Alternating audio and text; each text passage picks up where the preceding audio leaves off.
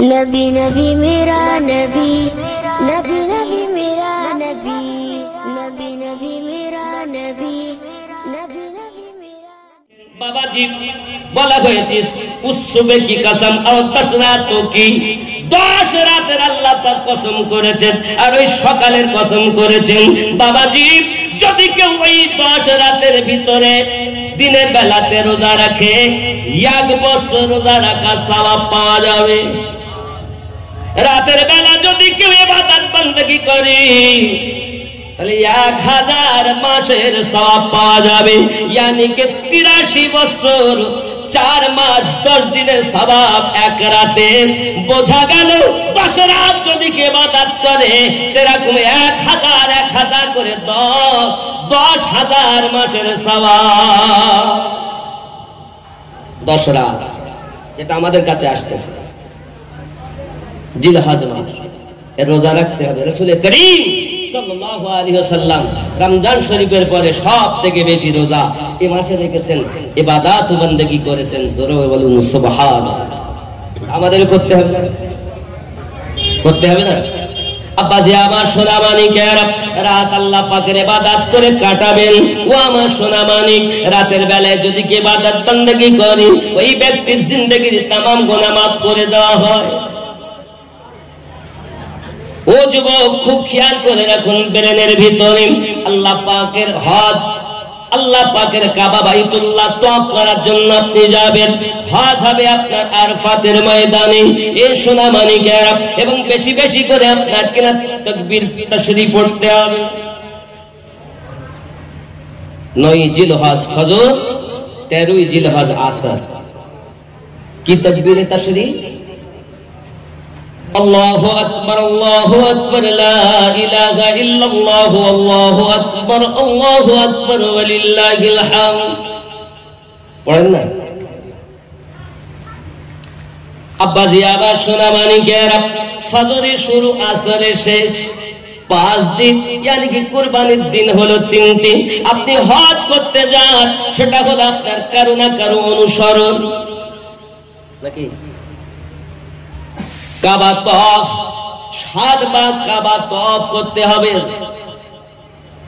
মাকামে ইব্রাহিম আলাইহিস সালামের কদমের নিশানা,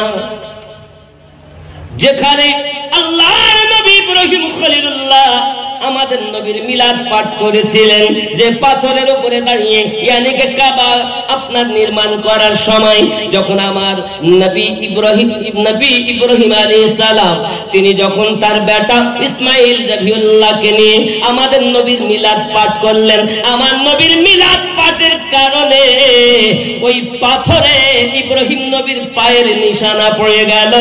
আমার আল্লাহ পাক অর্ডার দিয়ে দিলেন, ইব্রাহিম নবীর পা মুবারাকা, কদম মুবারাকার নিশানা যেটা মাকাম ইব্রাহিম মুসাল্লা, আমি तमाम বান্দা বান্দির জন্য নামাজের জায়গা বানিয়ে দিলাম। আপনি নামাজ পড়বেন কাবা তওয়াফের পর, তাই ইব্রাহিম নবীর কদম মুবারাকা ছাপ, ওই পাথরের ছাপ ইব্রাহিম নবীর কদমের। কেন?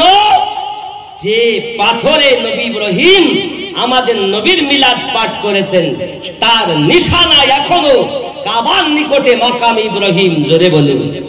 এরা বলছে নবীর মিলাদ নাই, আসলে খেপা চোখ নাই। এই মিলাদের প্রসঙ্গে গেলে আরো অনেক দলিল কোরআন শরীফ থেকে দেওয়া যাবে, তবে ওদিকে যাব না। তাহলে কাবা তওয়াফের পর মাকামে ইব্রাহিম এবং কাবা দুটি কি সামনে রেখে কেবলা নামাজ আদায় করতে হয় 2 রাকাত।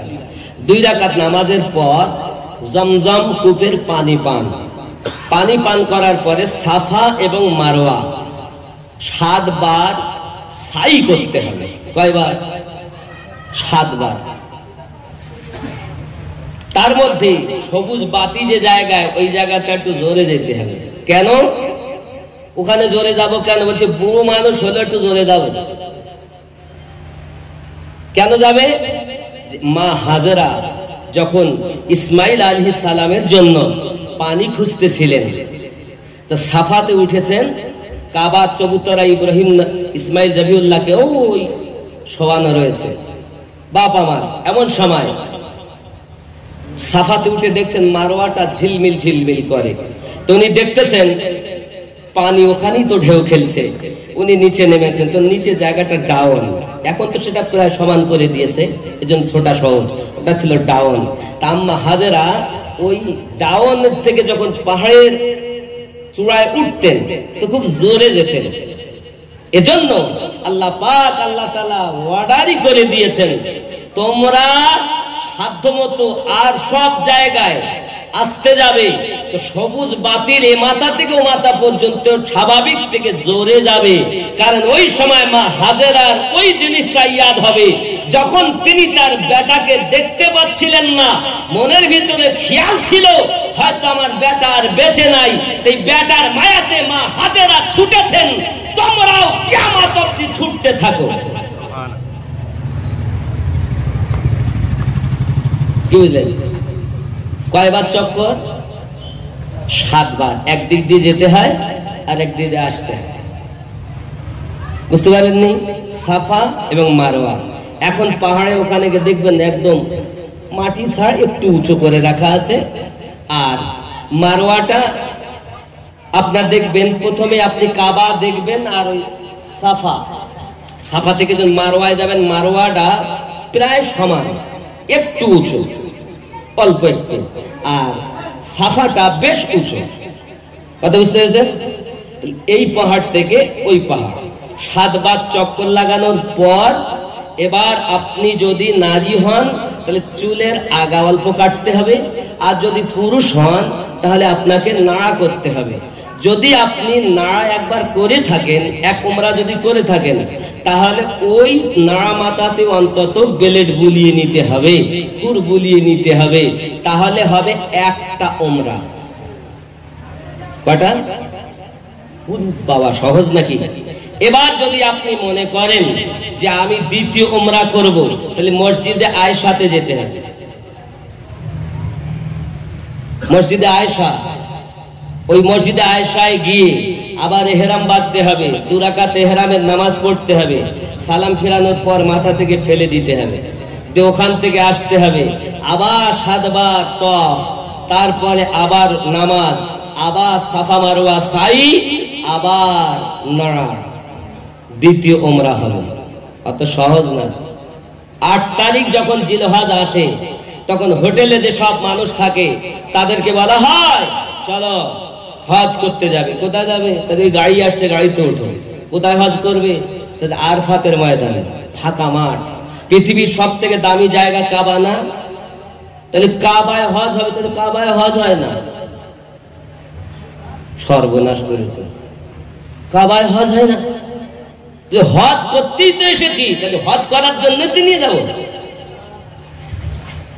কোথায়? আরফাতের মাঠ, আরফার দিন। ওখান থেকে মুজদালিফা, এখানে তো নামাজের জন্য বিধান, আর ওখানে ইচ্ছা করে জোহরের নামাজ পড়ে যাও, আর ইচ্ছা করে বাবাজি আমার দেখা যাচ্ছে জোহর আসর একই সঙ্গে পড়তে হবে, আর মাগরিব ইচ্ছা করে কাজা করতে হবে। যদি মনে করেন আরে এক ওয়াক্ত নামাজ না পড়লে 80 হব্বা দোজখ, নামাজটা পড়েইলেই, তাহলে হবে না, তোমার হজই বাতিল হয়ে যাবে। জোহর আর আসর একসঙ্গে পড়ো, ইচ্ছা করে মাগরিবের নামাজ কাজা করো, এটাই আল্লাহর বিধান। জোরে বলে, এখানে নামাজ পড়ার হুকুম, আর ওখানে নামাজ কাজা করার হুকুম। এবার আপনি যখন আরফাতের ময়দানে যাবেন, আরফাত দেখবেন ওখানে আদম আলাইহিস সালাম আর আম্মা হাওয়া দুজনের মিলন হয়েছে, একটা পাথরের নিশানা। ওখানে একটা মসজিদ আছে, মসজিদে নিমরা। এই মসজিদে 2 রাকাত নামাজ পড়তে হয়। আব্বা আমার ওখানে দোয়াও চাইতে হয়। কি দোয়া চাইতে হয়? আমরা যারা মৌলবি, আমরা এটাই সঠিক করে আপনাদের জানাচ্ছি না যে কি দোয়া চাইবো। তাহলে আমরা তো আমাদের দোয়া, আল্লাহ রাব্বানা যালামনা আনফুসানা ওয়া ইল্লাম তাগফির লানা ওয়া তারহামনা লানাকুনান্না মিনাল খাসিরিন। এই দোয়াটার কথা সবাই বলবে, কিন্তু যুবক, আমাদের আব্বা আদম নবীর দোয়া কি এইভাবে কবুল হয়েছে? 350 বছর ধরে আদম নবী কাঁদলেন, আল্লাহ পাক তার দোয়া কবুল করছেন না। রব্বানা যালামনা আনফুসানা ওয়া ইল্লাম তাগফির লানা, কবুল হয় না আদম পয়গম্বরের দোয়া কবুল হয় না বাবা। আল্লাহ পাক আল্লাহ তাআলা যখন স্মরণ করিয়ে দিলেন, জিবরাইল আমিনকে পাঠিয়ে দিলেন, ওগো জিবরাইল আলাইহিস সালাম, যাও আমার আদমকে শিখিয়ে দাও, চোখ খুলে যে নাম দেখেছিলেন তাদের ওসিলা দিয়ে যেন আমি আল্লাহর কাছে দোয়া চাই। কি দোয়া চাইবে? আল্লাহুম্মা গফিরনি বিওসিলাতি মুহাম্মাদিন সাল্লাল্লাহু আলাইহি ওয়াসাল্লাম ওয়া আলিয়া ওয়া ফাতিমা ওয়া হাসান ওয়া হুসাইনা। আল্লাহ আমাকে maaf করে দেন নবী মুহাম্মদ সাল্লাল্লাহু আলাইহি ওয়াসাল্লামের ওসিলাতে, আয় আল্লাহ আমাকে maaf করে দেন আলীর ওসিলাতে, ফাতেমার ওসিলাতে, হাসান হুসাইনের ওসিলাতে আমি আদমকে maaf করে দেন। আমার আল্লাহ পাক 1 সেকেন্ড দেরি করলেন না, আদমের দোয়া কবুল করে নিলেন। কেউ বলে এই ওই দিয়ে দোয়া করতে হবে? তাহলে আমরা মৌলবীরা আপনাদের চোর, সমাজটাকে শেষ করে ফেললাম আমরা। যুবক আমার, আমাদের পিতার দোয়া যার ওসিলাতে কবুল আল্লাহ করেছেন, আমরা তার সন্তান, আমরা সেই ওসিলা করে দোয়া চাইব, তাহলে বাপের সঠিক সন্তান হবে নাকি বলেন? তাহলে আদম আলাইহিস সালাতু সালাম দোয়া চাইলেন, আল্লাহ পাক কবুল করে নিলেন। যত হাজী হজ করার তৌফিক যদি আল্লাহ দেন, তাহলে আপনারা ঠিক এইভাবে দোয়া চাইবেন, আল্লাহ পাক আপনার দোয়া কবুল করবে। শুধু আরফাতের ময়দানে নয়, আপনি জঙ্গলে থাকেন, ময়দানে থাকেন, মরুভূমিতে থাকেন, যেখানে আমার নবীর ওসিলা দিবেন, আহলে পাকের ওসিলা দেবেন, আল্লাহ পাক আপনার দোয়া কবুল করবে। সহি হাদিস বাবা। শুধু তাই নয়, আরো আগিয়ে চলুন। বলে এবার কোথায় যাবে? বলে এবার যেতে হবে মুজদালিফায়। ওখান থেকে বাবাজি আমার ইচ্ছা করে মাগরিবের নামাজ কাজা, যদি আপনি যেতে যেতে যেতে যেতে রাত 2টো বেজে যায়, তবু সেখানে গিয়ে নামাজ আদায় করতে হবে নাকি? আপনাকে নামাজ আদায় করতে হবে, বাবা কাজা করে নামাজ আদায় করতে হবে। সোনা মানিকেরা আমার, আপনাকে পাথর মারতে হবে। কেন পাথর মারতে হবে? বলে এই কারণে, ইব্রাহিম নবী, ইসমাইল নবী পাথর মেরেছে। বড় শয়তান, মেজ শয়তান, ছোট শয়তান। যুবকরা আমার, আল্লাহর নবী ইব্রাহিম খলিলুল্লাহ হঠাৎ স্বপ্ন দেখতেছেন যে জানের প্রিয় জিনিস আল্লাহ পাকের দরবারে কুরবানি করতেছেন। ও সোনা মানিকেরা, আল্লাহ পাকের কোরআন সাক্ষী দেয়, হযরত ইব্রাহিম খলিলুল্লাহ এই স্বপ্নটা যখন দেখেছেন, বেটাকে উঠে বলতেছেন, বেটা রে, এক এক করে নয়, আজ আমি 3 দিন একই স্বপ্ন দেখতেছি। স্বপ্ন হলো 2 ভাগ।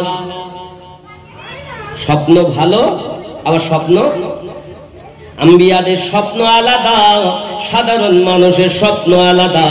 আপনি আমি যদি একই স্বপ্ন দেখি, আমাদের জন্য কিন্তু একই হবে না, কারণ নবীদের স্বপ্ন আল্লাহর ওহীও হয়। যদি বলুন সুবহানাল্লাহ। আমাদের স্বপ্ন আর ইব্রাহিম নবীর স্বপ্ন, নবীদের স্বপ্ন এক? হ্যাঁ, একই স্বপ্ন। সাধারণ মানুষ দেখবে আর নামাজি মানুষ দেখবে, তাও এক হবে। একই স্বপ্ন, একজন আল্লাহ ওয়ালা মানুষ, নবী প্রেমিক মানুষ দেখবে, আর সাধারণ মানুষ দেখবে, এক হবে না। তাহলে তো শহীদের স্বপ্ন আলাদা, আল্লাহর ওলিদের স্বপ্ন আলাদা, গাউসদের স্বপ্ন আলাদা, কুতুবদের স্বপ্নের মানে আলাদা, নবীদের স্বপ্নের মানে আলাদা। সব কিন্তু এক না, গুলিয়ে ফেলবেন না বাবা। আমরা অনেক সময় স্বপ্নের মানে উল্টা পাল্টা করে ফেলি, যে দেখেছে মানে ওই স্বপ্নের মানে এই, মানে একই রকম। তাহলে আমি যা দেখেছি, একজন পরের জমি আইল ফেলে চাষ করে, ও বলতেছে একই স্বপ্ন, তাহলে একই হবে না বাবা, আলাদা হবে। এগুলো জানার দরকার, খেয়াল করবেন। পৃথিবীর সরজমিন আল্লাহ পাক আল্লাহ তাআলা দিয়েছেন, উম্মতি কা খ্বাব বাশারত ভি হে, উম্মতদের স্বপ্ন আল্লাহর পক্ষ থেকে শিক্ষণীয় হতে পারে, লেকিন নফসানি খ্বাহিশ भी है, আর নিজের নফসের ইচ্ছাও হতে পারে। जबकि नबी का ख्वाब सिर्फ बशारत होता है, কিন্তু নবীদের স্বপ্ন শুধুমাত্র আল্লাহর পক্ষ থেকে খবর। সুবহানাল্লাহ বলেন। नबी का ख्वाब सच्चा होता है, নবীদের স্বপ্ন সত্য হয়। नबी का ख्वाब वही होता है, আর নবীদের স্বপ্ন আল্লাহর ওহী হয়। नबी का ख्वाब इल्हाम होता है, और नबीদের স্বপ্ন ইলহাম হয়। नबी का ख्वाब हकीकत होता है, और নবীদের স্বপ্ন সত্যই হয়, হकीकत হয়। জোরে বলেন। ख्वाब क्यों देखा? प्रश्न इब्राहिम नबी ख्वाब क्यों देखलें? इसलिए कि अल्लाह ताला ने देखा कि कुरान ने उस ख्वाब के देखने का बयान फरमाया। अल्लाह पाक रब्बुल इज्जत যে স্বপ্ন সম্পর্কে কোরআন শরীফে আলোচনা করেছেন, আল্লাহ নবী ইব্রাহিম আলাইহিস সালাম আল্লাহ পাকের কাছে বলছেন, রব্বি হাবলি মিনাস সালিহিন, আয় আল্লাহ আপনি আমাকে নেক সন্তান দান করুন। জোরে বলেন। কে বলছেন? ইব্রাহিম নবী। 80 বছর মতান্তরে 87 বছর ইব্রাহিম নবী কোনো সন্তান হয় না। কত বছর বললাম? 80 মতান্তরে 87 বছর উনি বাপ হননি।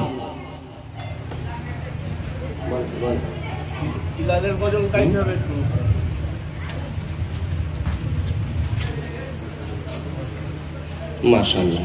যাই হোক আব্বা আমার, আমি বেশি লম্বা করব না। তাহলে ইব্রাহিম আলাইহিস সালাম স্বপ্ন দেখলেন, এই স্বপ্নটাকে আপনার পূর্ণ করার জন্য নিজের বেটাকে কুরবানি দিলেন। বেটা বললেন আমি ধৈর্যধারীদের অন্তর্ভুক্ত, আমাকে পাবেন। তাই হলো।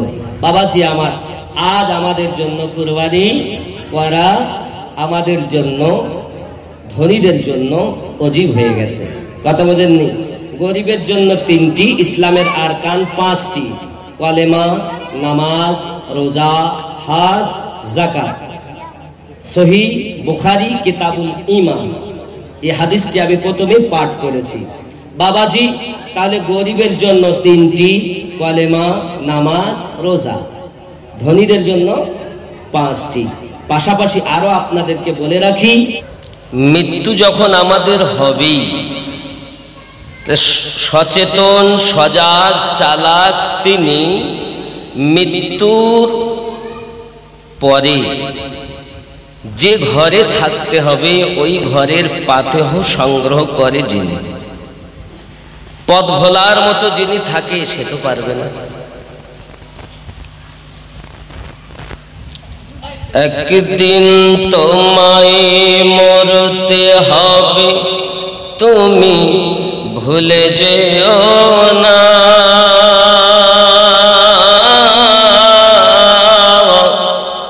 হবে মাটির বিছানা গো তোমার আসল ঠিকানা।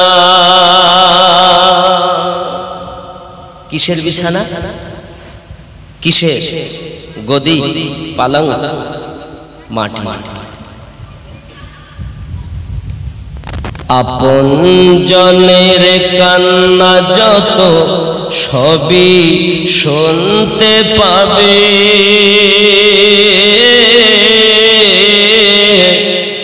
বুক ফাটবে তো মুখ ফুটবে না, কেমনে জবাব দেবে। আপন জনের কান্না যত সবই শুনতে পাবে,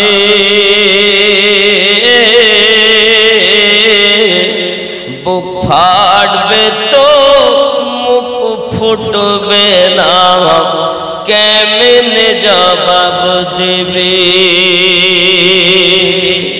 কি করে বোঝাবে তুমি, কি করে বোঝাবে তুমি দেহের বেদনা।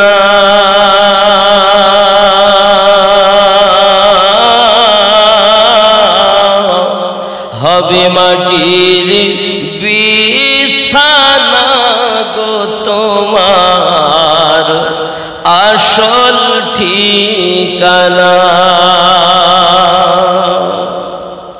কাঁদবে মাতা, কাঁদবে পিতা, কাঁদবে ভাই বোন, পাশে এসে কাঁদবে কত আত্মীয় স্বজন। করবে দোয়া খোদার কাছে, করবে দোয়া খোদার কাছে মুমিন মুমিনা।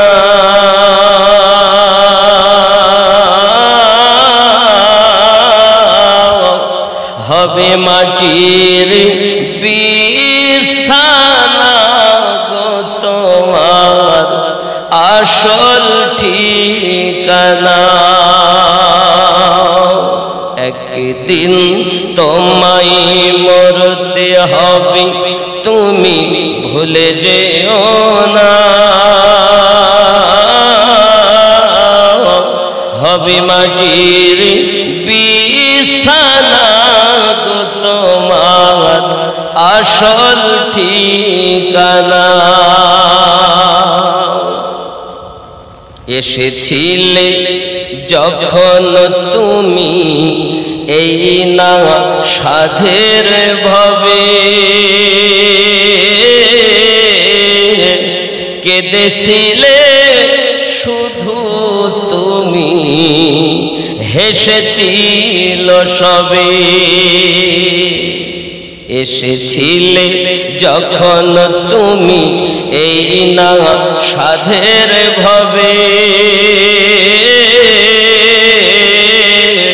কেঁদেছিলে শুধু তুমি, হেসেছিল সবে। যাওয়ার কালে হাসবে তুমি, কাঁদবে জামানা।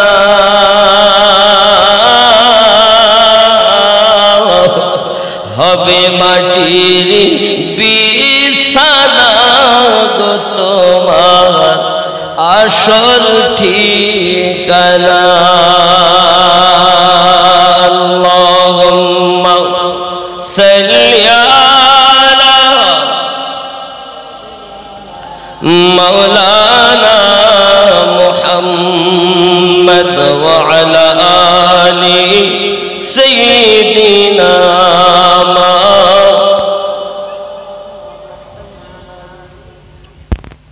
কুল্লু নাফসিন যায়িকাতুল মাউত, প্রত্যেক নফসকে মরণের স্বাদ চাখতে হবে।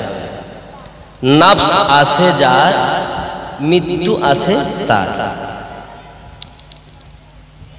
নফস যাদের আছে তারা নফসের তাড়নায় কথা বলে। আল্লাহ পাক এমনও কিছু বানিয়েছেন যার নফস নাই, সে নফসের সাহায্যে কথা বলে না, তিনি কথা বলেন আল্লাহর সাহায্যে। জোরে বলুন সুবহানাল্লাহ। তিনি কে? তিনি আমাদের নবী। নবীর কথাটাই আল্লাহর কথা। ওমা ইয়ানতিকু আনিল হাওয়া, वो अपनी मर्जी से कुछ नहीं बोलते। তিনি নিজ ইচ্ছায় কিছু বলেন না, যেটা বলেন সেটা আল্লাহরই কথা বলেন। জোরে বলুন। মরণ কার হবে? নফসে। আর অনেকেই বলছে মরে গেল শেষ। এখন আমি আপনাদেরকে বলি, কারণ আমি আমার ব্যক্তিগত কোনো কথা বলার জন্য আসিনি। যেটা দলিলে নাই সেটা আমি বলবো না। কথা বুঝতে পেরেছেন? জি। আল্লাহ পাক রব্বুল ইজ্জাত দুনিয়ায় মানুষ সৃষ্টি করেছেন সর্বশ্রেষ্ঠ। ওয়া খালাকতুল জিন্না ওয়াল ইনসা ইল্লা লিয়াবুদুন। সর্বশ্রেষ্ঠ জাতি মানব এবং জিন জাতিকে আল্লাহ পাক বানিয়েছেন শুধুমাত্র ইবাদতের জন্য, নাকি? এখন এই মানুষকে আল্লাহ পাক সৃষ্টি করেছেন 10টি অবদান দিয়ে। কয়টি? জালসা মানে শিক্ষা মাহফিল, এখান থেকে শিক্ষা করে যেতে হবে। আমি বক্তব্য দিয়ে গেলাম 2 ঘন্টা, আপনি কিছুই বুঝলেন না। চোখের পানিও ফেললেন কিন্তু বুঝলেন না, ওয়াজ শুনে লাভ নেই। ওয়াজ নসিহত, আবার ওয়াজ মুসিবত। বক্তব্য উপদেশ হবে, আবার বক্তব্যতে মানুষকে জাহান্নামী বানাবে। খুব ভালো করে বুঝবেন, বক্তব্য যেদিন থেকে আপনি জন্ম নিয়েছেন কানে আওয়াজ যায় ওই দিন থেকে শুনছেন, আর যতদিন বাজবেন কম বেশি শুনতে থাকবেন, ঠিক কি না? তো 10টি জিনিস দিয়ে আল্লাহ সৃষ্টি করেছেন, 5টি দুনিয়ার জগতে আর 5টি হলো রুহের জগতে, উপরি ভাগে। আলামে আরওয়ার 5টি জিনিস আর আলামে খালকের 5টি জিনিস। এখন এই আলামে খালক মানে দুনিয়ার যে 5টি, ওগুলো কি আগে জানার দরকার। 1 নাম্বার হলো নাফস। 1 নাম্বার কি? নাফস। 2 নাম্বার আগুন, পানি, মাটি, বাতাস। কয়টি হলো? খেয়াল করুন, কয়টি? 5টি। আমার দিকে খেয়াল দেন। নিজের চরখায় নিজে তেল দেয়। আপনার কবরে আমি যাব না, আমার কবরে আপনি যাবেন না, ঠিক না? ওদের কাজ ওরা করবে, আমাদের কাজ আমরা করব।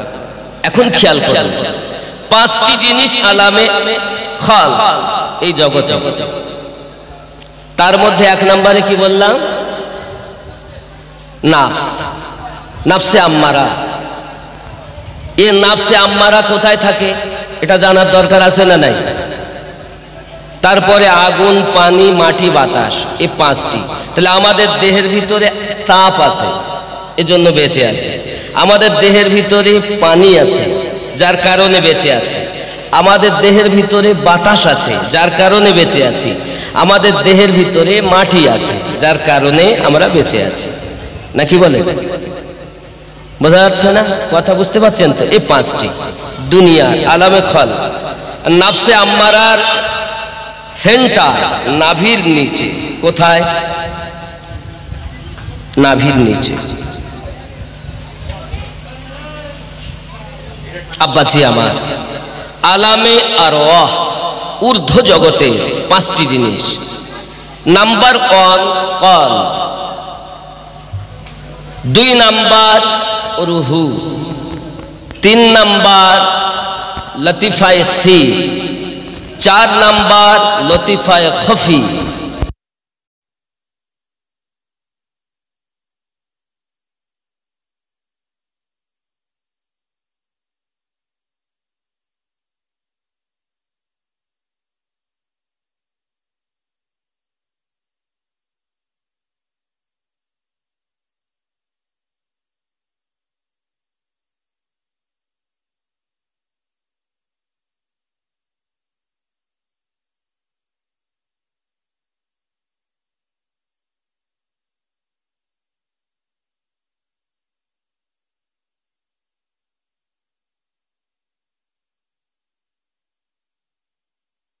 মালাকাল মাউতের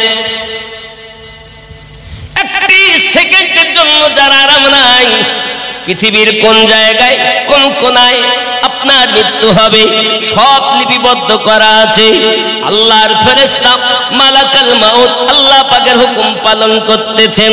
ও বাবাজি ভাইয়েরা, পৃথিবীর সরজমিনে আমার আল্লাহ পাক কোরআন মাজিদ দিয়ে আমাদের জানিয়ে দিলেন, কুল্লু নাফসিন যায়িকাতুল মাউত, প্রত্যেক নাফসকে মরণের স্বাদ চাখতে হবে। বাবাজি, মৃত্যু বরণের কথা আল্লাহ বলেননি, মরণের স্বাদ চাখার কথা বলেছে।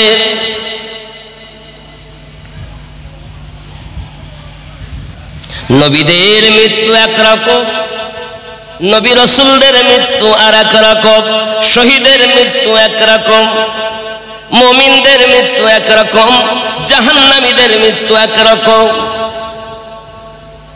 4 ভাগে মৃত্যুকে ভাগ করা হয়েছে।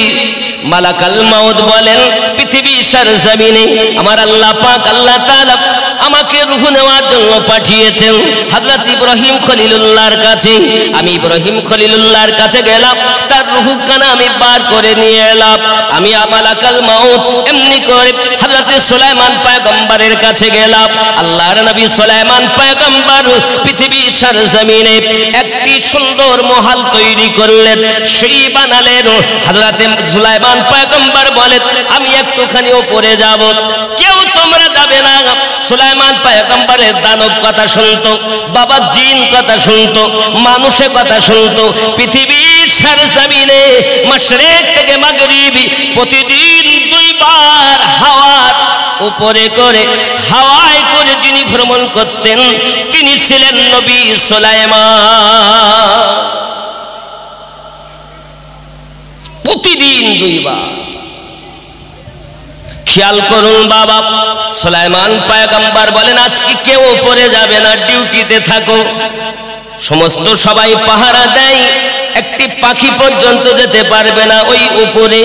আল্লাহর নবী সুলাইমান পয়গম্বর যখন সেই বেয়ে উপরে উঠেছেন বাবা, হাতে একটি লাঠি আছে, ওনার লাঠি দিয়ে যখন উপরে উঠেছেন দেখলেন সুন্দর মহল তৈরি হয়েছে। উনি ওই মহল থেকে নিচে নামবেন, এমনি সমাতে সম্মুখে দেখেন এক পা উপরে সিঁড়ির উপরে আর এক পা সিঁড়ি থেকে নিচে দেবেন। তাহলে এই যে ফাঁকটুকু, কে তুমি? মানুষের রূপে আসছে মালাকাল মাউত। আপনাকে কেউ বাধা দেয়নি, আপনি কে? এত পাহারাদার, তারপরও আপনি উপরে আসছেন, কি আপনি? তিনি বলছেন, দুনিয়ার কোন পাহারাদার আমাকে আটকে রাখতে পারে না, আমি সেই। ও, বুঝতে পেরেছি, আপনি ইসরাইল, মালাকাল মাউত। আপনি কেন আসেন আমি জানি, তবে আমাকে একটু নিচে আসতে দেন, আমাকে নিচে আসতে দেন। মালাকাল মাউত বলেন, ও সুলাইমান পয়গম্বর, আপনার পা উপরে, এক পা আপনি নিচে নামাতে যাচ্ছেন, এই ফাঁকা। আল্লাহ পাক রব্বুল ইজ্জত বলেন, 1 সেকেন্ডে দাও, সময় দেওয়া হবে না। ওই পা উঁচু থাকাকালীন এক সিঁড়ি থেকে আর এক সিঁড়িতে নামাকালীন যে ফাঁক, এই ফাঁক অবস্থাতে আপনার রূহ বার করে নেওয়ার অর্ডার হয়েছে। এই সোনামানিকেরা, আল্লাহর নবী সুলাইমান আলাইহিস সালামের রূহটা ওই সময়তে বার করে নেওয়া হলো। পার নিচে নামে না, ওইভাবেই রয়ে গেছে। আব্বা আমার, আপনি বলছেন মানুষ মলি শেষ হয়ে যায়, আল্লাহ নবী সুলাইমান পয়গম্বর লাঠি ঠেকা দিয়ে দাঁড়িয়ে গেলেন। 1 বছর কাল নবী সুলাইমান মৃত্যু হালাতে ছিলেন। জোরে বলুন সুবহান। আমরা কথায় বলি, আজ মোলে কাল দুদিন, না দিলে পচে যাবে, গন্ধ হবে, দুর্গন্ধ হবে। বলো, वो नबी है, आम आदमी नहीं, अल्लाह का ऐसा पैगंबर जिसका कोई जवाब नहीं। 1 বছর সবাই কাজ করছে, জিনেরা, দানবেরা সুন্দর করে কাজ করছে, কাজ চলে। নবী তো দাঁড়িয়ে আছে, কিন্তু খায় না, পান করে না, সবাই দেখছেন, কিন্তু এইটুকু হুঁশ নাই। আমার আল্লাহ পাক কত বড় দয়া, আল্লাহ পাকের কত বড় কুদরত। নবী সুলাইমানকে আল্লাহ পাক 1 বছর দাঁড় করিয়ে রেখেছে। না মরণে স্বাদ চাখার পরও, রূহ নিয়ে যাবার পরও, এ কার খেলা? আল্লাহ বান্দা নিয়ে করে খেলা, সুখ দুঃখের বসিয়ে মেলা রে। আল্লাহ বান্দা নিয়ে করে খেলা, সুখ দুঃখের বসিয়ে মেলা রে। যারে ধনী দেখি সকাল বেলা, ওরে ফকির সন্ধ্যা বেলা, মুখের কথা নয় রে জাদু, খোদার পথে চলা। মুখে বলে দিলেন আর হয়ে গেল। আব্বাজি আমার সোনামানিকেরা, মরণে মরণে পার্থক্য রয়েছে। চলুন আরো একটুখানি এগিয়ে যাই। আল্লাহ নবী হযরতে মুসা কালিমুল্লাহ, উনি যখন ওনার কাছে মালাকাল মাউত গেলেন, মুসা আলাইহিস সালাম তো মালাকাল মাউত আজরাইলকে চিনতে পেরেছেন, আর চিনতে যখন পেরেছেন কেন এসেছেন, তাতে আমি আপনার রূহ নিতে চাই, আপনার মৃত্যু হবে। এই কথা শুনে রাগান্বিত নবী তো এক চড় মেরেছেন মালাকাল মাউতের গালে। ফেরেশতা তো নূরে, কিন্তু তখন আসতেন মানব আকারে। ইয়ে আমার কথা নয়, দলিলের কথা। এখন এক চড় যখন মেরেছেন, মালাকাল মাউতের চোখ বাইরে এসে গেছে।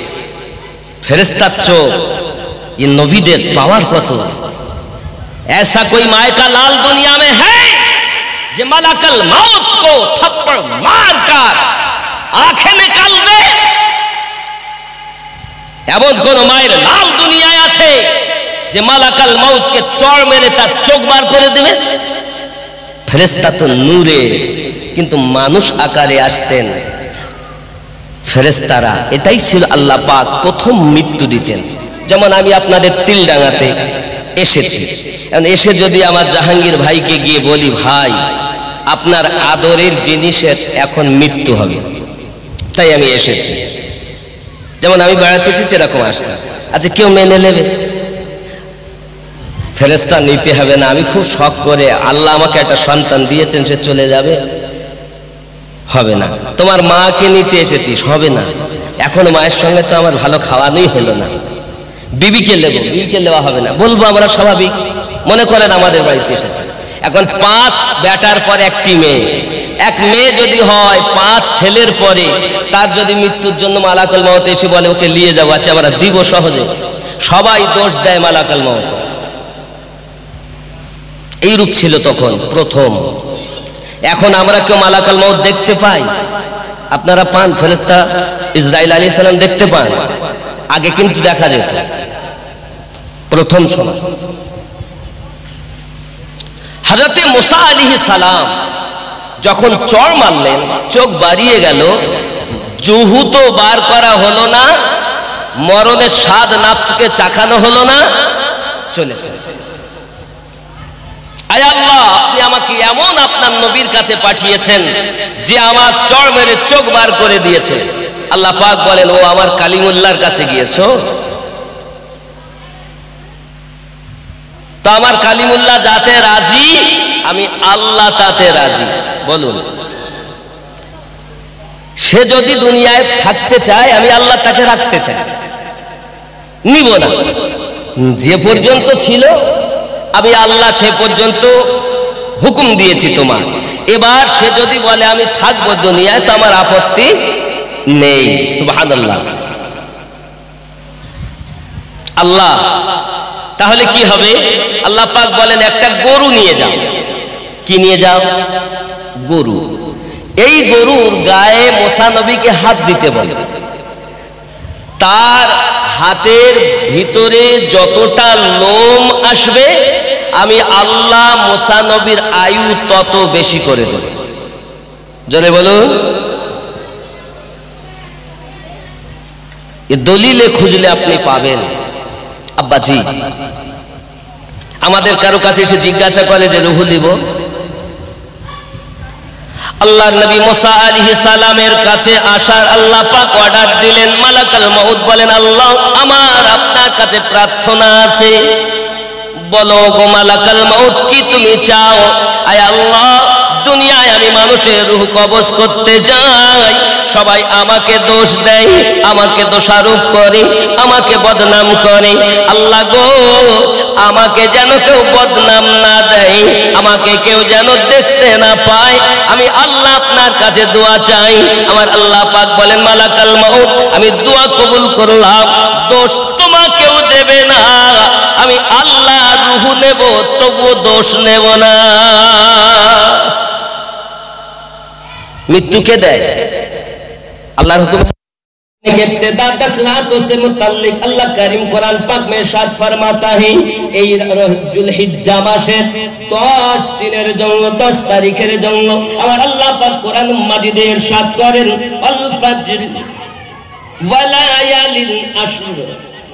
কি বলছে দেখেন বাবাজি, বলা হয়েছে উস সুবহ কি কসম और 10 रातों की, 10 রাতের আল্লাহ পাক কসম করেছেন আর ওই সকালের কসম করেছেন। বাবাজি, যদি কেউ ওই 10 রাতের ভিতরে দিনের বেলাতে রোজা রাখে 1 বছর রোজা রাখা সওয়াব পাওয়া যাবে। রাতের বেলা যদি কেউ ইবাদত বندگی করে তাহলে 1000 মাসের সওয়াব পাওয়া যাবে। यानी कि 83 বছর 4 মাস 10 দিনের সওয়াব এক রাতে। বোঝা গেল 10 রাত যদি কেউ ইবাদত করে এরকম 1000 করে 10,000 মাসের সওয়াব। 10 রাত এটা আমাদের কাছে আসতেছে জিলহজ মাস, এর রোজা রাখতে হবে। রাসূল করিম সাল্লাল্লাহু আলাইহি ওয়াসাল্লাম রমজান শরীফের পরে সবথেকে বেশি রোজা এই মাসে রেখেছেন, ইবাদত ও বندگی করেছেন। জোরে বলুন সুবহানাল্লাহ। আমাদের করতে হবে না? আব্বাজি আমার সোনা মানিকের, রাত আল্লাহ পাকের ইবাদত করে কাটাবেন। ও আমার সোনা মানিক, রাতের বেলায় যদি কে ইবাদত বندگی করে ওই ব্যক্তির জিন্দেগীর तमाम গুনাহ মাফ করে দেওয়া হয়। ও যুবক, খুব খেয়াল করে রাখুন, ব্রেনের ভিতরে আল্লাহ পাকের হজ, আল্লাহ পাকের কাবা বাইতুল্লাহ তওয়াফ করার জন্য আপনি যাবেন। হজ হবে আপনার আরফাতের ময়দানে। এই সোনা মানিকেরা, এবং বেশি বেশি করে আপনার কিনা তাকবীর তাশরীফ পড়তে হবে। 9 জিলহজ ফজর, 13 জিলহজ আসর। কি তাকবীরে তাশরীফ? আল্লাহু আকবার, আল্লাহু আকবার, লা ইলাহা ইল্লাল্লাহু, আল্লাহু আকবার, আল্লাহু আকবার, ওয়ালিল্লাহিল হামদ। পড়েন না? আব্বাজি আবার সোনা মানিকেরা, ফজরে শুরু আসরে শেষ, 5 দিন। यानी कि কুরবানির দিন হলো 3টি। আপনি হজ করতে যান, সেটা হলো আপনার কারো না কারো অনুসরণ নাকি? কাবা তওয়াফ 7 বার কাবা তওয়াফ করতে হবে। মাকামে ইব্রাহিম আলাইহিস সালামের কদমের নিশানা, যেখানে আল্লাহর নবী ইব্রাহিম খলিলুল্লাহ আমাদের নবীর মিলাদ পাঠ করেছিলেন, যে পাথরের উপরে দাঁড়িয়ে यानी कि কাবা আপনার নির্মাণ করার সময় যখন আমার নবী ইব্রাহিম আলাইহিস সালাম তিনি যখন তার বেটা ইসমাইল জবিউল্লাহকে নিয়ে আমাদের নবীর মিলাদ পাঠ করলেন, আমার নবীর মিলাদ পাঠের কারণে ওই পাথরে ইব্রাহিম নবীর পায়ের নিশানা পড়ে গেল। আমার আল্লাহ পাক অর্ডার দিয়ে দিলেন, ইব্রাহিম নবীর পা মুবারাকা, কদম মুবারাকার নিশানা যেটা মাকাম ইব্রাহিম মুসাল্লা, আমি तमाम বান্দা বান্দির জন্য নামাজের জায়গা বানিয়ে দিলাম। আপনি নামাজ পড়বেন কাবা তওয়াফের পর, তাই ইব্রাহিম নবীর কদম মুবারাকা ছাপ, ওই পাথরে ছাপ ইব্রাহিম নবীর কদমের। কেন? যে পাথরে নবী ইব্রাহিম আমাদের নবীর মিলাদ পাঠ করেছেন, তার নিশানা এখনো কাবার নিকটে মাকাম ইব্রাহিম। জোরে বলুন। এরা বলছে নবীর মিলাদ নাই, আসলে খেপা চোখ নাই। এই মিলাদের প্রসঙ্গে গেলে আরো অনেক দলিল কোরআন শরীফ থেকে দেওয়া যাবে, তবে ওদিকে যাব না। তাহলে কাবা তওয়াফের পর মাকামে ইব্রাহিম এবং কাবা দুটি কি সামনে রেখে কেবলা নামাজ আদায় করতে হয় 2 রাকাত। 2 রাকাত নামাজের পর জমজম কূপের পানি পান করার পরে সাফা এবং মারওয়া 7 বার সাই করতে হবে। কয়বার? 7 বার। তার মধ্যে সবুজ বাতি যে জায়গায়, ওই জায়গাটা একটু জোরে যেতে হবে। কেন? ওখানে জোরে যাব কেন? বলছে বুড়ো মানুষ হলে একটু জোরে যাবে। কেন যাবে? মা হাজেরা যখন ইসমাইল আলাইহিস সালামের জন্য পানি খুঁজতেছিলেন, তো সাফাতে উঠেছেন, কাবা চবুতরা ইব্রাহিম ইসমাইল জবিউল্লাহকে ওই শোয়ানো রয়েছে। বাপ আমার, এমন সময় সাফাতে উঠে দেখছেন মারওয়াটা ঝিলমিল করে। তো উনি দেখতেছেন পানি ওখানেই তো ঢেউ খেলছে, উনি নিচে নেমেছেন, তো নিচে জায়গাটা ডাউন, এখন তো সেটা প্রায় সমান করে দিয়েছে, এজন্য ছোটা সহজ, ওটা ছিল ডাউন। তা আম্মা হাজেরা ওই ডাউন থেকে যখন পাহাড়ের চূড়ায় উঠতেন তো খুব জোরে যেতেন। এজন্য আল্লাহ পাক আল্লাহ তাআলা ওয়ার্ডারই করে দিয়েছেন, তোমরা সাধ্যমতো আর সব জায়গায় আসতে যাবে তো সবুজ বাতির এ মাথা থেকে ও মাথা পর্যন্ত স্বাভাবিক থেকে জোরে যাবে, কারণ ওই সময় মা হাজেরার ওই জিনিসটা ইয়াদ হবে যখন তিনি তার বেটাকে দেখতে পাচ্ছিলেন না, মনের ভিতরে খেয়াল ছিল হয়তো আমার বেটা আর বেঁচে নাই, এই বেটার মায়াতে মা হাজেরা ছুটেছেন, তোমরাও কিয়ামত অবধি ছুটতে থাকো। কি বুঝলেন? কয়বার চক্কর? 7 বার। একদিক দিয়ে যেতে হয় আর একদিক দিয়ে আসতে হয়, বুঝতে পারেননি? সাফা এবং মারওয়া। এখন পাহাড়ে ওখানে গিয়ে দেখবেন একদম মাটি ছাড়া একটু উঁচু করে রাখা আছে, আর মারওয়াটা আপনার দেখবেন প্রথমে আপনি কাবা দেখবেন আর ওই সাফা, সাফা থেকে যখন মারওয়ায় যাবেন মারওয়াটা প্রায় সমান, একটু উঁচু, অল্প একটু, আর সাফাটা বেশ উঁচু। কথা বুঝতে পেরেছেন? এই পাহাড় থেকে ওই পাহাড় 7 বার চক্কর লাগানোর পর এবার আপনি যদি নারী হন তাহলে চুলের আগা অল্প কাটতে হবে, আর যদি পুরুষ হন তাহলে আপনাকে নাড়া করতে হবে। যদি আপনি নাড়া একবার করে থাকেন, এক উমরা যদি করে থাকেন, তাহলে ওই নাড়া মাথাতে অন্তত বেলেট বুলিয়ে নিতে হবে, খুর বুলিয়ে নিতে হবে, তাহলে হবে একটা উমরা। কটা? বাবা সহজ নাকি? এবার যদি আপনি মনে করেন যে আমি দ্বিতীয় উমরা করব, তাহলে মসজিদে আয়েশাতে যেতে হবে। মসজিদে আয়েশা, ওই মসজিদে আয়েশায় গিয়ে আবার এহরাম বাঁধতে হবে, 2 রাকাত এহরামের নামাজ পড়তে হবে, সালাম ফিরানোর পর মাথা থেকে ফেলে দিতে হবে, দিয়ে ওখান থেকে আসতে হবে, আবার 7 বার তওয়াফ, তারপরে আবার নামাজ, আবার সাফা মারওয়া সাই, আবার নাড়া, দ্বিতীয় উমরা হবে। অত সহজ না। 8 তারিখ যখন জিলহজ আসে তখন হোটেলে যে সব মানুষ থাকে তাদেরকে বলা হয় চলো হজ করতে যাবে। কোথায় যাবে? তাদের গাড়ি আসছে, গাড়িতে ওঠো। কোথায় হজ করবে? আরফাতের ময়দানে, ফাঁকা মাঠ, পৃথিবীর সব থেকে দামি জায়গা কাবা না?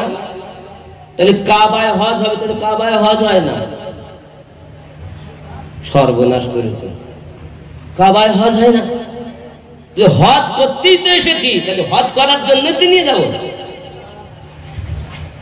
কোথায়? আরফাতের মাঠ, আরফার দিন। ওখান থেকে মুজদালিফা, এখানে তো নামাজের জন্য বিধান, আর ওখানে ইচ্ছা করে যোহরের নামাজ পড়ে যাও, আর ইচ্ছা করে বাবাজি আমার দেখা যাচ্ছে যোহর আসর একই সঙ্গে পড়তে হবে, আর মাগরিব ইচ্ছা করে কাজা করতে হবে। যদি মনে করেন আরে এক ওয়াক্ত নামাজ না পড়লে 80 হব্বা দোজখ, নামাজটা পড়েইলেই, তাহলে হবে না, তোমার হজই বাতিল হয়ে যাবে। যোহর আর আসর একসঙ্গে পড়ো, ইচ্ছা করে মাগরিবের নামাজ কাজা করো, এটাই আল্লাহর বিধান। জোরে বলে, এখানে নামাজ পড়ার হুকুম আর ওখানে নামাজ কাজা করার হুকুম। এবার আপনি যখন আরফাতের ময়দানে যাবেন, আরফাত দেখবেন ওখানে আদম আলাইহিস সালাম আর আম্মা হাওয়া দুজনের মিলন হয়েছে, একটা পাথরের নিশানা। ওখানে একটা মসজিদ আছে, মসজিদে নিমরা। এই মসজিদে 2 রাকাত নামাজ পড়তে হয় আব্বা আমার, ওখানে দোয়াও চাইতে হয়। কি দোয়া চাইতে হয়? আমরা যারা মৌলবি, আমরা এটাই সঠিক করে আপনাদের জানাচ্ছি না যে কি দোয়া চাইব। তাহলে আমরা তো আমাদের দোয়া, আল্লাহ রাব্বানা যালামনা আনফুসানা ওয়া ইল্লাম তাগফির লানা ওয়া তারহামনা লানাকুনান্না মিনাল খাসিরিন, এই দোয়াটার কথা সবাই বলবে, কিন্তু যুবক আমাদের আব্বা আদম নবীর দোয়া কি এইভাবে কবুল হয়েছে? 3.5 300 বছর ধরে আদম নবী কাঁদলেন, আল্লাহ পাক তার দোয়া কবুল করছেন না। রব্বানা যালামনা আনফুসানা ওয়া ইল্লাম তাগফির লানা, কবুল হয় না আদম পয়গম্বরের দোয়া কবুল হয় না বাবা। আল্লাহ পাক আল্লাহ তাআলা যখন স্মরণ করিয়ে দিলেন, জিবরাইল আমিনকে পাঠিয়ে দিলেন, ওগো জিবরাইল আলাইহিস সালাম, যাও আমার আদমকে শিখিয়ে দাও, চোখ খুলে যে নাম দেখেছিলেন তাদের ওসিলা দিয়ে যেন আমি আল্লাহর কাছে দোয়া চাই। কি দোয়া চাইবে? আল্লাহুম্মা গফিরনি বিওসিলাতি মুহাম্মাদিন সাল্লাল্লাহু আলাইহি ওয়াসাল্লাম ওয়া আলিয়াও ওয়া ফাতিমাও ওয়া হাসানাও ওয়া হুসাইনাও, আল্লাহ আমাকে maaf করে দেন নবী মুহাম্মদ সাল্লাল্লাহু আলাইহি ওয়াসাল্লামের ওসিলাতে, আয় আল্লাহ আমাকে maaf করে দেন আলীর ওসিলাতে, ফাতেমার ওসিলাতে, হাসান হুসাইনের ওসিলাতে, আমি আদমকে maaf করে দেন। আমার আল্লাহ পাক 1 সেকেন্ড দেরি করলেন না, আদমের দোয়া কবুল করে নিলেন। কেউ বলে এই ওই দিয়ে দোয়া করতে হবে? তাহলে আমরা মৌলবীরা আপনাদের চোর, সমাজটাকে শেষ করে ফেললাম আমরা। যুবক আমার, আমাদের পিতার দোয়া যার ওসিলাতে কবুল আল্লাহ করেছেন, আমরা তার সন্তান, আমরা সেই ওসিলা করে দোয়া চাইব, তাহলে বাপের সঠিক সন্তান হবে নাকি বলেন? তাহলে আদম আলাইহিস সালাতু সালাম দোয়া চাইলেন, আল্লাহ পাক কবুল করে নিলেন। যত হাজী হজ করার তৌফিক যদি আল্লাহ দেন, তাহলে আপনারা ঠিক এইভাবে দোয়া চাইবেন, আল্লাহ পাক আপনার দোয়া কবুল করবে। শুধু আরফাতের ময়দানে নয়, আপনি জঙ্গলে থাকেন, ময়দানে থাকেন, মরুভূমিতে থাকেন, যেখানে আমার নবীর ওসিলা দিবেন, আহলে পাকের ওসিলা দেবেন, আল্লাহ পাক আপনার দোয়া কবুল করবে। সহি হাদিস বাবা। শুধু তাই নয়, আরো আগিয়ে চলুন। বলে এবার কোথায় যাবে? বলে এবার যেতে হবে মুজদালিফায়। ওখান থেকে বাবাজি আমার ইচ্ছা করে মাগরিবের নামাজ কাজা, যদি আপনি যেতে যেতে যেতে যেতে রাত 2টো বেজে যায়, তবু সেখানে গিয়ে নামাজ আদায় করতে হবে নাকি? আপনাকে নামাজ আদায় করতে হবে, বাবা কাজা করে নামাজ আদায় করতে হবে। সোনা মানিকেরা আমার, আপনাকে পাথর মারতে হবে। কেন পাথর মারতে হবে? বলে এই কারণে, ইব্রাহিম নবী, ইসমাইল নবী পাথর মেরেছে। বড় শয়তান, মেজ শয়তান, ছোট শয়তান। যুবকরা আমার, আল্লাহর নবী ইব্রাহিম খলিলুল্লাহ হঠাৎ স্বপ্ন দেখতেছেন যে জানের প্রিয় জিনিস আল্লাহ পাকের দরবারে কুরবানি করতেছেন। ও সোনা মানিকেরা, আল্লাহ পাকের কোরআন সাক্ষী দেয়, হযরত ইব্রাহিম খলিলুল্লাহ এই স্বপ্নটা যখন দেখেছেন, বেটাকে উঠে বলতেছেন, বেটারে এক এক করে নয়, আজ আমি 3 দিন একই স্বপ্ন দেখতেছি। স্বপ্ন হলো 2 ভাগ, স্বপ্ন ভালো, আবার স্বপ্ন আম্বিয়াদের স্বপ্ন আলাদা, সাধারণ মানুষের স্বপ্ন আলাদা। আপনি আমি যদি একই স্বপ্ন দেখি, আমাদের জন্য কিন্তু একই হবে না, কারণ নবীদের স্বপ্ন আল্লাহর ওহীও হয়। জোরে বলুন সুবহানাল্লাহ। আমাদের স্বপ্ন আর ইব্রাহিম নবীর স্বপ্ন, নবীদের স্বপ্ন এক? হ্যাঁ, একই স্বপ্ন সাধারণ মানুষ দেখবে আর নামাজি মানুষ দেখবে, তাও এক হবে। একই স্বপ্ন একজন আল্লাহওয়ালা মানুষ, নবী প্রেমিক মানুষ দেখবে আর সাধারণ মানুষ দেখবে, এক হবে না। তাহলে তো শহীদের স্বপ্ন আলাদা, আল্লাহর ওলিদের স্বপ্ন আলাদা, গাউসদের স্বপ্ন আলাদা, কুতুবদের স্বপ্নের মানে আলাদা, নবীদের স্বপ্নের মানে আলাদা। সব কিন্তু এক না, গুলিয়ে ফেলবেন না বাবা। আমরা অনেক সময় স্বপ্নের মানে উল্টা পাল্টা করে ফেলি, যে দেখেছে মানে ওই স্বপ্নের মানে এই, মানে একই রকম। তাহলে আমি যা দেখেছি, একজন পরের জমি আইল ঠেলে চাষ করে, ও বলতেছে একই স্বপ্ন, তাহলে একই হবে না বাবা, আলাদা হবে। এগুলো জানার দরকার। খেয়াল করবেন, পৃথিবীর সরজমিন আল্লাহ পাক আল্লাহ তাআলা দিয়েছেন, উম্মতি কা খ্বাব বাশারাত হি হে, উম্মতদের স্বপ্ন আল্লাহর পক্ষ থেকে শিক্ষণীয় হতে পারে, লেকিন নফসানি খ্বাহিশ ভি হে, আর নিজের নফসের ইচ্ছাও হতে পারে। জবকে নবী কা খ্বাব সির্ফ বাশারাত होता है, কিন্তু নবীদের স্বপ্ন শুধুমাত্র আল্লাহর পক্ষ থেকে খবর। সুবহানাল্লাহ বলেন। নবী কা খ্বাব সচ্চা होता है, নবীদের স্বপ্ন সত্য হয়। নবী কা খ্বাব ওহি হোতা है, আর নবীদের স্বপ্ন আল্লাহর ওহি হয়। নবী কা খ্বাব ইলহাম হোতা है, আর নবীদের স্বপ্ন ইলহাম হয়। নবী কা খ্বাব হकीकत होता है, আর নবীদের স্বপ্ন সত্যই হয়, হकीकत হয়। জোরে বলেন। ख्वाब क्यों देखा? प्रश्न इब्राहिम नबी ख्वाब क्यों देखलें? इसलिए कि अल्लाह ताला ने देखा कि कुरान ने उस ख्वाब के देखने का बयान फरमाया। अल्लाह पाक रब्बुल इज्जत যে শব্দ সম্পর্কে কোরআন শরীফে আলোচনা করেছেন, আল্লাহর নবী ইব্রাহিম আলাইহিস সালাম আল্লাহ পাকের কাছে বলছেন, রব্বি হাবলি মিনাস সালিহিন,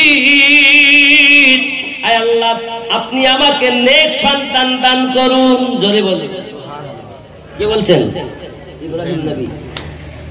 80 বছর মতান্তরে 87 বছর ইব্রাহিম নবী কোনো সন্তান হয় না। কত বছর বললাম? 80 মতান্তরে 87 বছর উনি বাপ হননি।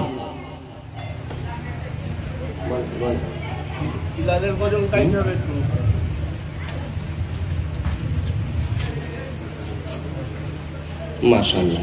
যাই হোক আব্বা আমার, আমি বেশি লম্বা করব না। তাহলে ইব্রাহিম আলাইহিস সালাম স্বপ্ন দেখলেন, এই স্বপ্নটাকে আপনার পূর্ণ করার জন্য নিজের বেটাকে কুরবানি দিলেন। বেটা বললেন আমি ধৈর্যধারীদের অন্তর্ভুক্ত, আমাকে পাবেন। তাই হলো। বাবাজি আমার, আজ আমাদের জন্য কুরবানি করা আমাদের জন্য, ধনীদের জন্য ওয়াজিব হয়ে গেছে। কথা বোঝেননি? গরিবের জন্য 3টি, ইসলামের আরকান 5টি, কালেমা, নামাজ, রোজা, হজ, যাকাত। সহিহ বুখারী কিতাবুল ঈমান, এই হাদিসটি আমি প্রথমে পাঠ করেছি। বাবাজি তাহলে গরিবের জন্য 3টি, কালেমা, নামাজ, রোজা। ধনীদের জন্য 5টি। পাশাপাশি আরো আপনাদেরকে বলে রাখি বাবাজি আমার, বায়াত হতে হবে। কাবেল মুর্শিদ দেখে বায়াত হতে হবে, গুরু ধরতে হবে। বাবা গুরু আপনি কিভাবে ধরবেন? আল্লাহ পাক আল্লাহ তাআলা বলেন, আমি হেদায়েতের মালিক কে? কথা বলে আল্লাহ। আল্লাহ সূরা আল কাহফের 17 নম্বর আয়াতে বলেছেন,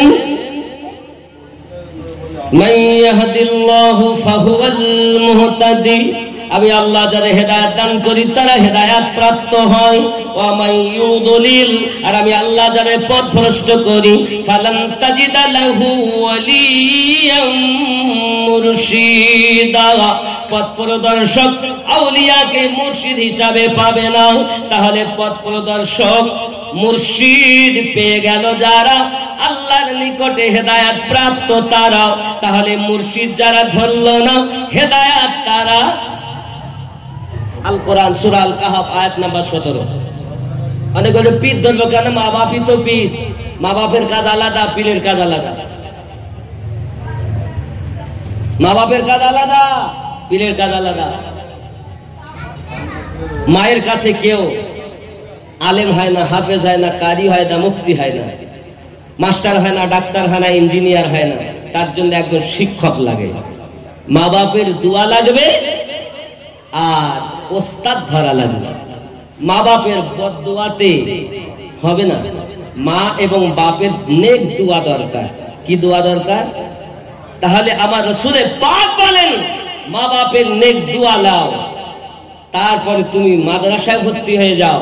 তোমার বাপ মায়ের দোয়া হবে, ওস্তাদের কাছে শিক্ষা পাবে, তুমি আলেম হবে, হাফেজ হবে, কারি হবে, মুফতি হবে। ঠিক কি না? তাহলে মা বাপের কাজ আলাদা। এনারা জন্মগুরু, আপনার ওস্তাদ হলো শিক্ষা গুরু, আপনার পীর হলো আপনার দীক্ষা গুরু। সুবহানাল্লাহ বলেন। পথের দিশা যিনি দিয়েছেন, কোরআন সূরা আল কাহফ আয়াত নাম্বার 17। এই গুরু আপনাকে জান্নাতে নিতে পারবে। আল্লাহ তুমি বলো, আমার আল্লাহ ওয়াজ করছেন। কোরআন মাজিদ সূরা বনী ইসরাইল আয়াত নাম্বার 71।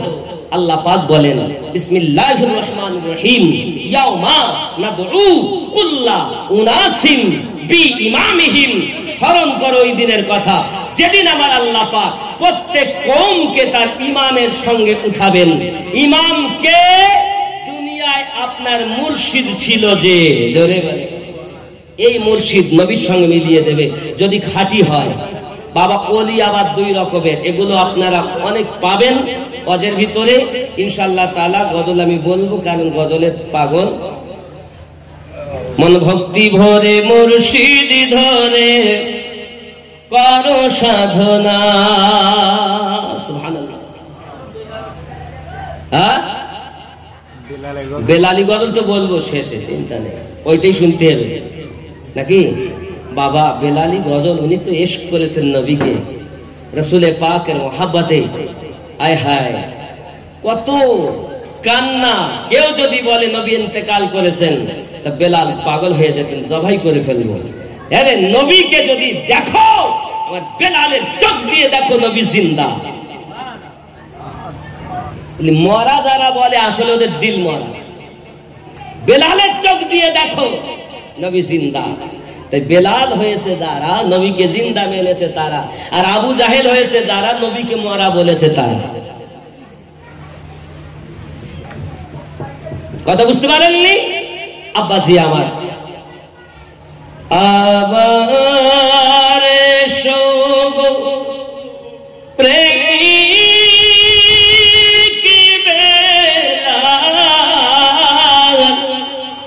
মোদেরি জগতে ফিরে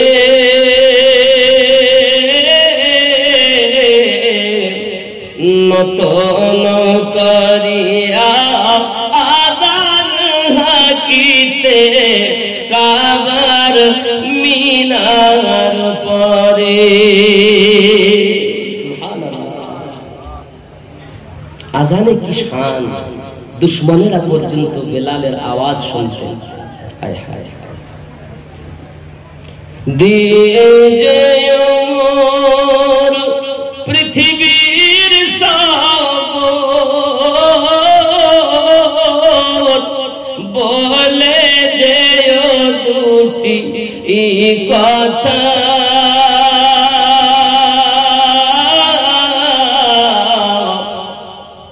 आशिक़ रसूल তুমি হে বেলাল, ওগো তুমি যে প্রেমের নেতা। আবার শোনো প্রেমী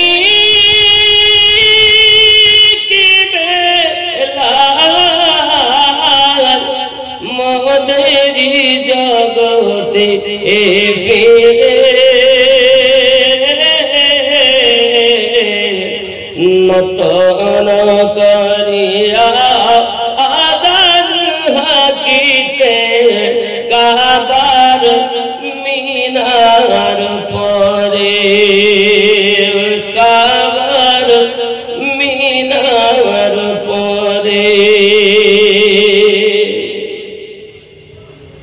তবু সমসে কাজ ও কথা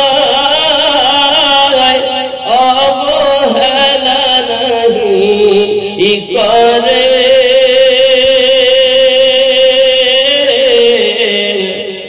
সকাল সন্ধ্যায় কাজে ও ব্যথায় তাহারি সুগান গাহে।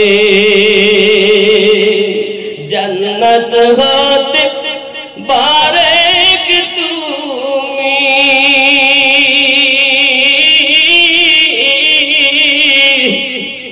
এসো আবার ফিরে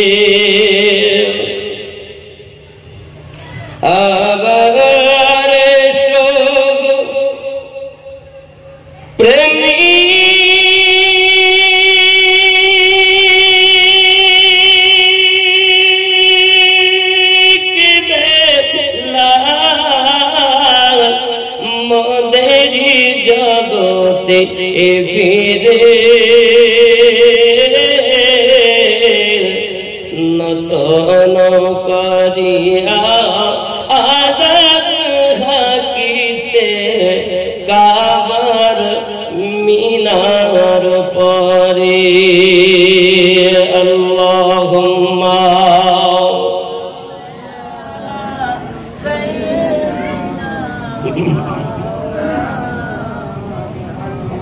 وعلى آل سيدنا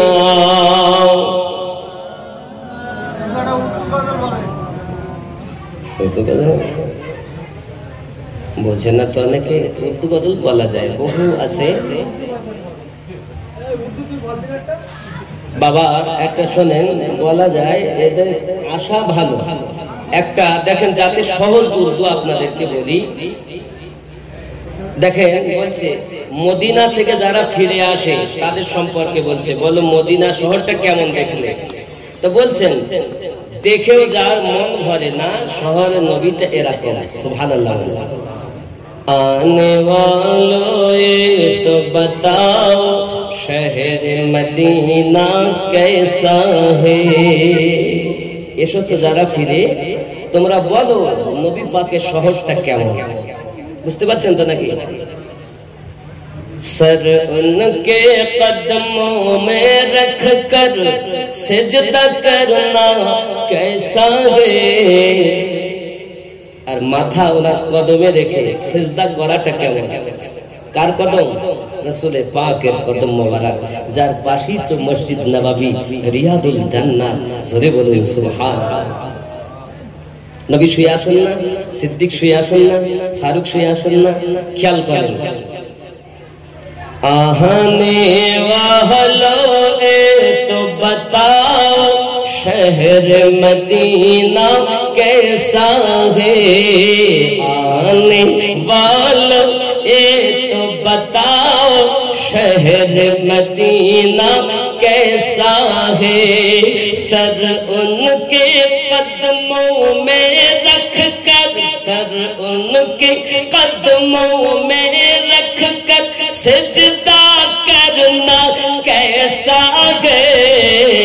आने वालों ये तो बताओ शहर मदीना कैसा है। शहर मदीना कैसा है।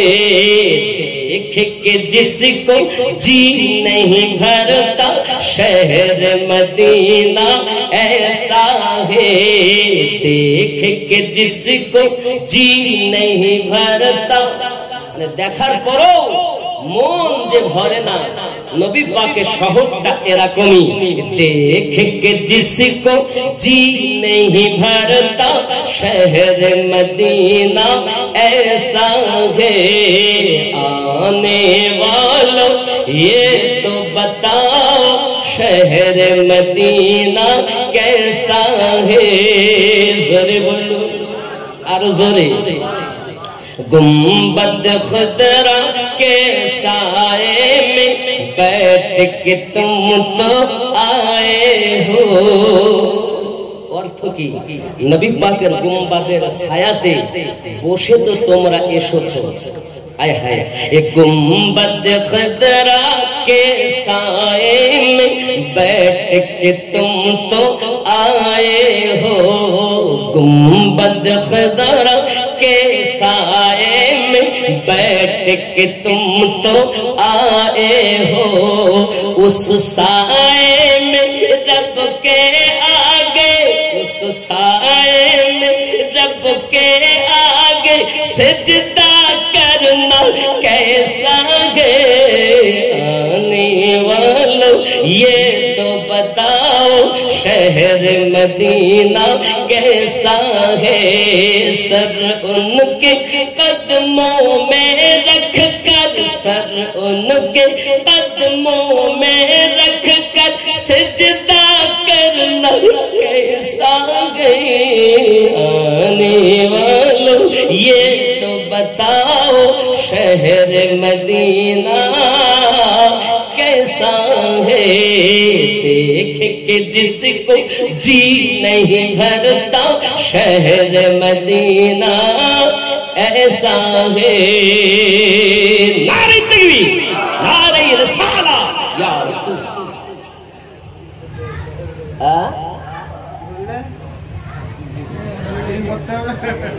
একদিন তোমায় মরতে হবে, এই গজলটা প্রথমে গেয়েছি না, আবার গাইতে আমার জাহাঙ্গীর ভাইয়ের কথা মানতেই হবে, যেহেতু ওনার আম্মা বেঁচে আছেন, আব্বা নাই।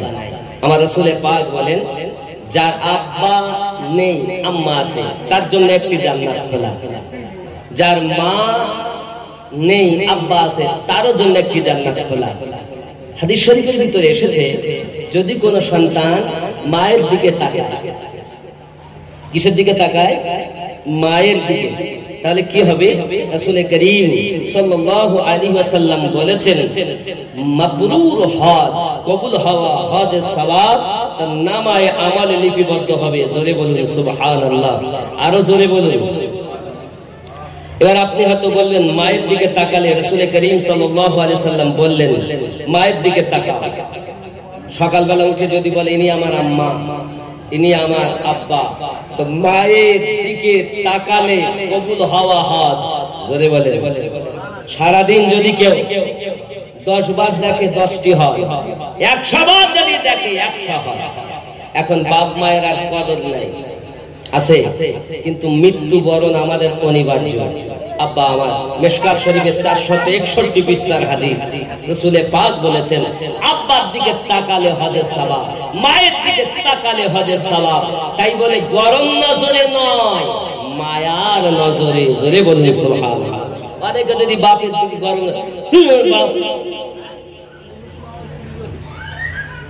অনেকে তো আবার আব্বা কি বলে, চুপ তো বোঝে সোজে না। আল্লাহ পাক কোরআন শরীফে বলেন, ওয়াতানহারহুমা, তোমার বাপ মা যেন আওয়াজ না বার করে। আর তুমি যখন তোমার বাপকে ধমক দিয়েছো, তোমার আব্বা কষ্ট পায়নি?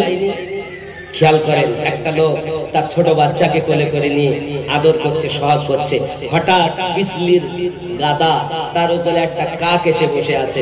ছেলেটা জিজ্ঞাসা করছে, আব্বু ওটা কি? আব্বা বলে, বাবু ওটা একটা কাক। আবার বলে, আব্বু ওটা কি? বলে, ওটি কাক। আবার চুমা খায় আর বলে ওটা কাক। আবার বলে, বাচ্চার একই কথা বারবার জিজ্ঞাসা করে না? এ বাবা, ছোট্ট বেলাতে তার পিতা 100 বার আদর করে সন্তানের উত্তর দিয়েছে, সেটা এক জায়গায় লিখে রেখেছে। বাপ যখন বয়স হয়েছে, বৃদ্ধ হয়ে গেছে, তখন বাপ চোখে ভালো দেখতে পায় না, তখন বলছে, বাবা বাবা কি হয়েছে? ওই বাড়ির দিকে কে যেন ঢুকলো, ওই আমাদের ওই পাড়ার এক ভাই এসেছে, মেম্বার সাহেব। হ্যাঁ, কে এসেছে বাবা? আব্বা ভুলে গেছে, বৃদ্ধ হয়ে গেলে দেখবেন ব্রেন ঠিক থাকে না, বাচ্চাদের মতো হয়ে যায়। এখন আবার, বাবা কে এসেছে বাবা? ওই পাড়ার মেম্বার সাহেব। খোকা, এই যে কে গেল যে বাড়ির দিকে বাবা? বলছি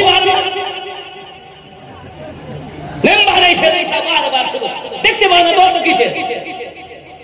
বাপ তখন ছোট্ট এলাকার সেই কাগজটা এনে মাথার কাছ থেকে বার করে বলছে, খোকা বাবা দেখতো বাবা, এ কিসের দাগ দিয়ে রেখেছে? তুই যখন ছোট ছিলি, আমি তোকে কোলে কোলে আদর করে যখন চুমা খাচ্ছি, আমাকে জিজ্ঞাসা করেছিলি বাবা ওটা কি? আমি বারবার বলেছিলাম ওটা একটা কাক। যতবার জিজ্ঞাসা করেছি, চুমা খেয়েছি আর বলেছি ওটা একটি কাক।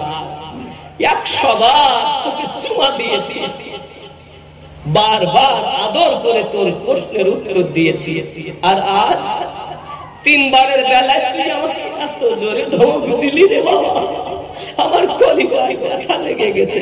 আমার আল্লাহ বলেছেন, তোমার বাপ যেন আওয়াজ না বার করে, তোমার মা যেন আওয়াজ না বার করে, তাহলে তোমার আমল আগুন ধরিয়ে ছাই করে দেওয়া হবে। হে যুবক, আব্বাকে ভালোবাসো, মাকে ভালোবাসো। যাদের আব্বা মা দুনিয়ায় নাই, শোনা পায়ে ধরে বলি, ফজরের নামাজ আদায় করুন, আব্বা মায়ের কবরের কাছে চলে যান, দুখানা হাত তুলে আল্লাহর কাছে দোয়া করেন, আল্লাহুম্মা কুর রাব্বিরহামহুমা কামা রাব্বায়ানি সগীরা। আমার রাসূল বলেন, সন্তান যদি চোখের পানি ছেড়ে দিয়ে দেয়, তার চোখের পানি নাকের আগায় আসার আগে আল্লাহ তার আব্বা এবং মায়ের কবর জান্নাতের টুকরা বানিয়ে দিবে। যুবক, তোমার জন্য কাজ হলো পিতা মাতার জন্য দোয়া চাওয়া। এ আব্বা মা আর একবার গেলে আর আসবে না। সন্তান গেলে সন্তান পাওয়া যায়, আব্বা আপনার স্ত্রী গেলে স্ত্রী পাওয়া যায়, বন্ধু চলে গেলে বন্ধু পাওয়া যায়, কিন্তু আব্বা আর মা আল্লাহ পাকের নবীজি তোমায় না পেলে নবী সালাম নবী আসেন মদিনায়, কত আশিক রাসূল রওজায় আসে যায়, সদা মত আসে বেকুল হায়, আমরা যে কবে যাব মদিনায়, ইয়া নবী ইয়া রাসূল সালাম, ইয়া হাবিব সালাম আলাইকা, সালাতুল্লাহ या रब्बी सल्लि। नबी नबी मेरा नबी, नबी